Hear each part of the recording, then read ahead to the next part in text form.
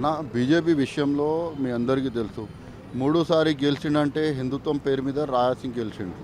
ఇంకా హిందుత్వం అంటే మన తెలంగాణలో మంచి పేరు తీసుకొచ్చిండు రాజాసింగ్ తీసుకొచ్చిండన్న. నేను ఇది చెప్తలేను. ఇంకా మా భారతీయ జనతా పార్టీ ఆయన హిందుత్వానికి సపోర్టింగ్గా ఉన్నారు, హిందుత్వం గురించి త్యాగాలు చేస్తున్నారు, ఎన్నోసారి జైలు పోయేసిండు, మన ధర్మం గురించి బాగా ముందుకు వస్తున్నారంటే మా బీజేపీ పార్టీ కూడా సపోర్ట్ చేస్తుందేనా. ఇంకొకటి బీజేపీ నుంచి ఆయన రిజిగ్నేషన్ ఇచ్చిండు, మా పార్టీ నుంచి ఇచ్చిండన్న. పార్టీ యాక్సెప్ట్ చేసిండు, ఏం కారణమైందో ఏమో అందరికీ తెలుసు. కొన్ని విషయంలో నేను ఎక్కువగా చెప్పలేను ఆ విషయంలో.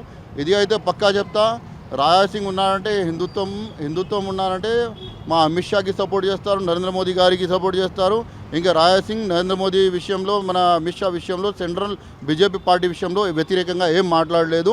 ఎప్పుడు కూడా చెప్తున్నా మనసులో ఆయన హిందుత్వం ఉన్నది అంటే, హిందుత్వం అంటే బీజేపీ ఇంకా వేరే ఎవరు లేరన్నా, వేరే పార్టీలు ఎవరన్నా దిగుతారన్నా. హిందుత్వం అంటే ఎవరు దిగరు. హిందుత్వం అంటేనే బీజేపీ అంటేనే మళ్ళా రాజాసింగ్ లాంటి వాళ్ళు కొన్ని మంది మా దగ్గర ఎమ్మెల్యేలు ఉన్నారు, ఎంపీలు ఉన్నారు. ఇంకా దిన్ రాత్ మొత్తం పనిచేసే హిందుత్వానికి పనిచేసే వాళ్ళు కూడా ఉన్నారు. ఈ రాజాసింగ్కి కూడా అంత దూరం పార్టీ పెట్టుకోరు, మళ్ళీ రిటర్న్ వస్తారు. ఆయన ఇల్లు మొత్తం ధర్మం ఇల్లు అంటే మొత్తం బీజేపీ ఇల్లు. ఆయన రిటర్న్ రావాలంటే మొత్తం బీజేపీకి రావాలన్నా. ఇంకా వేరే పార్టీలు కూడా పెట్టుకుంటే కూడా ఎక్కడ పోలేరన్నా. మీరు హిందుత్వానికి పని చేయాలంటే బీజేపీలోనే రావాలన్నా, బీజేపీ గురించి పోరాడుకోవాలన్నా.